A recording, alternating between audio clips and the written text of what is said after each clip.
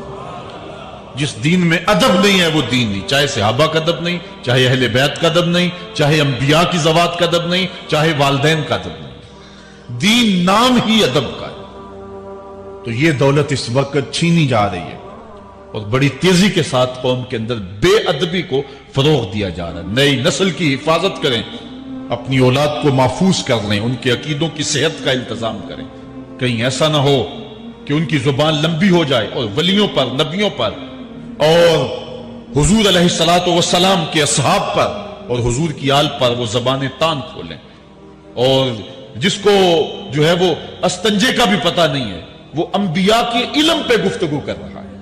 شرم نہیں آتی کس کا علم تول رہے ہو، کس کی ذات کو ناپ رہے ہو؟ ڈٹھے ورق قرآن دے پھول سارے، تیری شان جیا نہیں کوئی ہو ڈٹھا، تیری شان دا کرے مقابلہ جیڑا ان عاشقاں اصلی چور ڈٹھا۔ کوئی نور آکھے کوئی بشر آکھے، پیندا رات دینے اے ہو شور ڈٹھا، اللہ والیاں گل مکا دیتی تساں ہور ڈٹھا اساں ہور ڈٹھا۔ تم نے پتہ نہیں کس کو دیکھا ہے جو سکی بیٹی کو بھی نہیں بخشوا سکتا، گلا پھاڑ پھاڑ کے کہا جاتا ہے نبی سکی بیٹی کو نہیں بخشوا سکتا۔ اور میاں تم بخشوانے کی بات کرتے ہو، نبی تو کہہ رہا ہے فاطمہ تو جنتی عورتوں کی سردار، وہ تو جنتیں بانٹ رہے ہیں، وہ تو جنتیں وراثت میں دے رہے ہیں۔ تو ادب پہلا کرینہ ہے محبت کے کرینوں میں، اس لیے کہا کہ ادب جیسی میراث کوئی نہیں، ولا ظہیرہ کل مشاورہ، اور مشورے جیسا مددگار کوئی نہیں۔ آپ کے پاس بڑے اسلحے ہیں، بڑی تلواریں ہیں، بڑے تعلقات ہیں لوگوں کے ساتھ، لیکن اچھا مشورہ یہ سب سے اچھا مددگار ہے آپ کا۔ حضرت مولا کائنات کا ایک اور قول سنیے، نفس المرء خطاہ الی اجلہ۔ آپ فرماتے ہیں کہ آدمی کی یہ جو سانسیں نکل رہی ہیں یہ موت کی طرف اٹھتے ہوئے قدم ہے۔ دوسری سانس تب آتی ہے جب پہلی ختم ہو جاتی ہے، تو پہلی سانس کی موت، دوسری سانس کی زندگی۔ وہ کیا کسی نے کہا زندگی نام ہے مر مر کے جیے جانے کا، یہ ایک بار ہم ایک سانس کو کاٹتے ہیں تو دوسری سانس آتی ہے، جب تک پہلی سانس موجود ہے دوسری نہیں آئے گی۔ تو حضرت مولا کائنات فرماتے ہیں یہ موت کی طرف اٹھتے ہوئے قدم ہے۔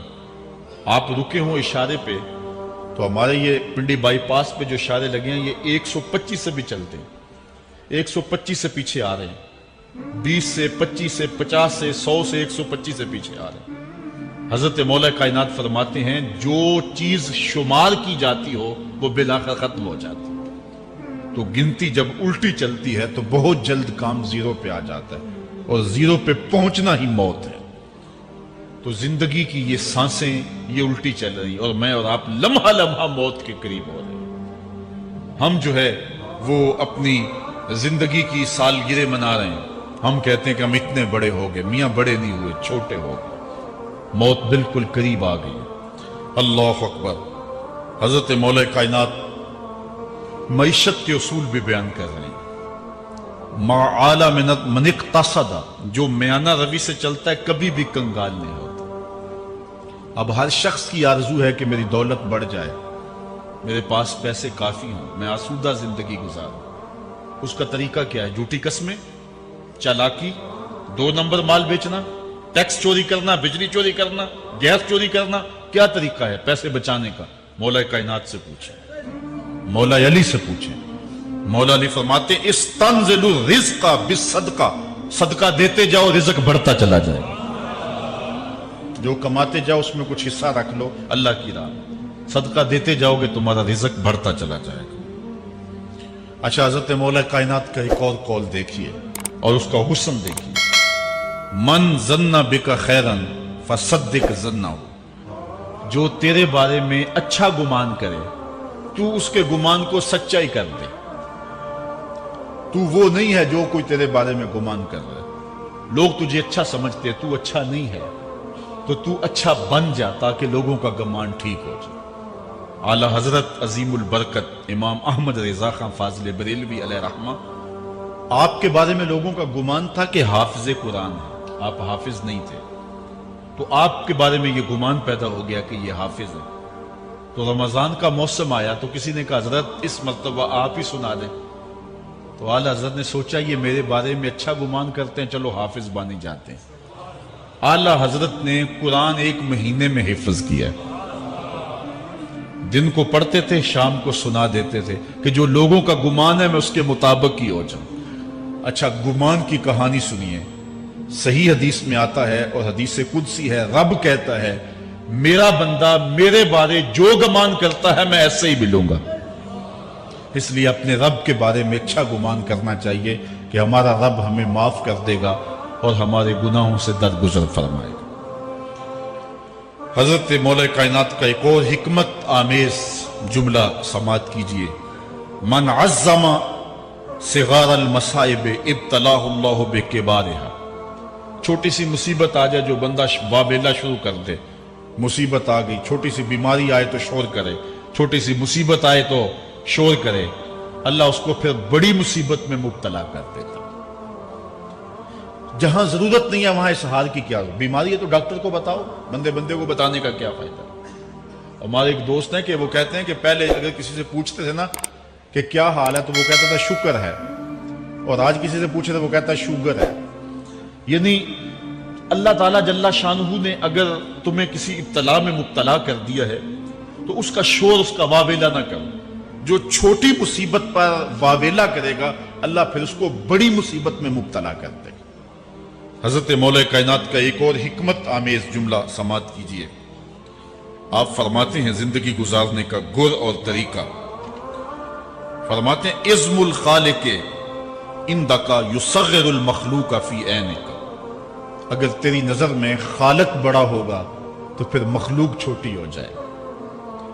اگر اللہ کی عظمت کا تجھے لحاظ ہے کہ وہ بہت عظیم ہے تو پھر مخلوق کی پرواہ نہیں ہوگی۔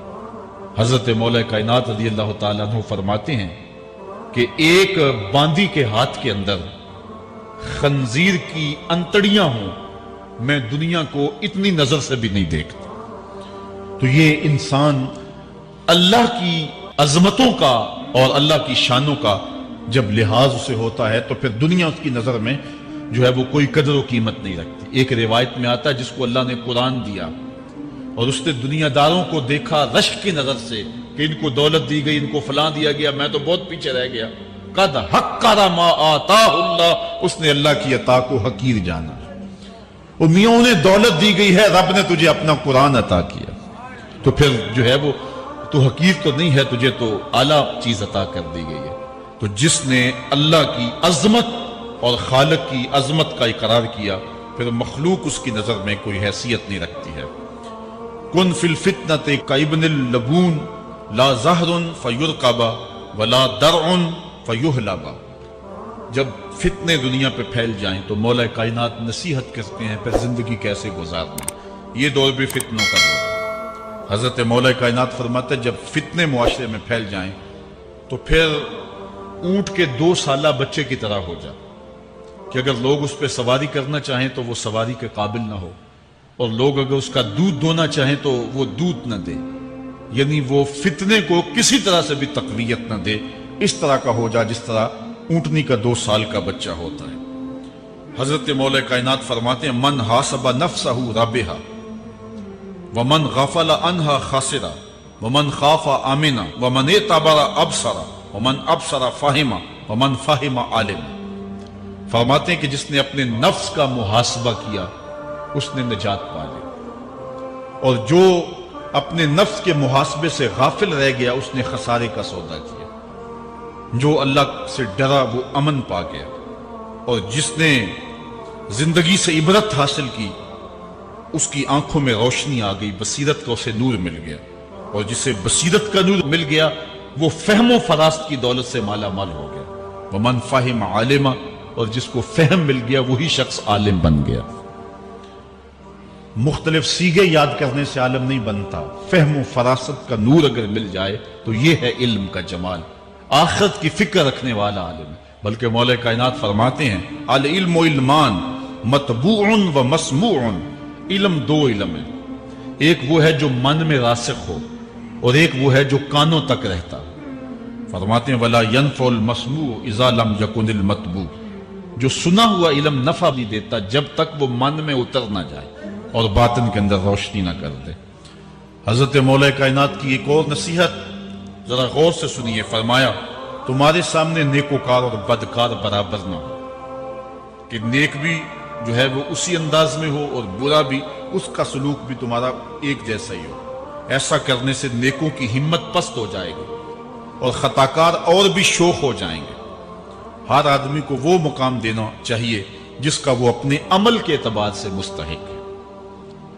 اصل خرابی ہوئی تب ہے ہمارے آراس میں، ہماری محافل نعت میں، ہماری مجالس میں وہ لوگ مہمان خصوصی بنے جن کے پاس دولت زیادہ تھی، چاہے کردار کے لحاظ سے وہ کتنے ہی پست کیوں نہ ہو، اور جن کے پاس دولت نہیں ہے چاہے وہ کردار کے اعتبار سے جتنے مرضی بلند کیوں نہیں ہے، انہیں عزت کی مسند پہ نہیں بٹھایا گیا۔ میں نے اپنی ان آنکھوں سے گجرانوالہ کے ایک اسٹیج پہ دیکھا کہ ایک محفل نعت تھی اور ایک بوڑھا شخص سفید ریش، وہ اسٹیج پہ شوق میں کہ میں نعت خانوں کو قریب سے دیکھوں، وہ آ کے بیٹھ گیا اور منتظمین نے جو ہے وہ سیکورٹی کو حکم دیا اس بابے کو اٹھاؤ اور اس کو جو ہے وہ نیچے کرو۔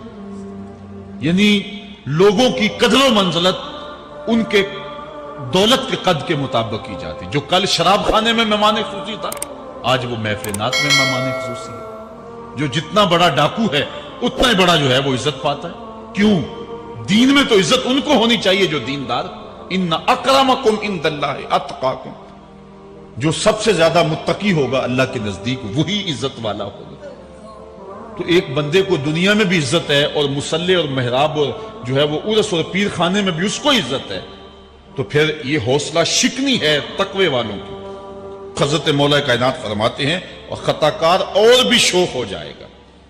بلکہ ہم نے جو انداز اختیار کیا ہوا ہے، ایک شعر پڑھتے ہیں ہمارے نعت خاں کہ چلو دربار نبی میں چلیں، کھوٹے سکے بھی جہاں پہ چلتے ہیں، اور پھر جو ہے وہ سارے لوگ نوٹ پھینک رہے ہوتے ہیں۔ شرابی بھی نوٹ پھینک رہا ہے، جوا کھیلنے والا بھی پھینک رہا ہے، جس نے رشوت سے پیسے کمائے وہ بھی پھینک رہے ہیں اور خوش ہو رہے ہیں کہ کھوٹے سکے بھی وہاں چلتے ہیں۔ جبکہ ان اللہ طیب ولا یقبل الا الطیب، حدیث میں آتا ہے اللہ فرماتا ہے کہ اللہ طیب ہے اور پاکیزہ کے علاوہ قبول ہی نہیں کرتا۔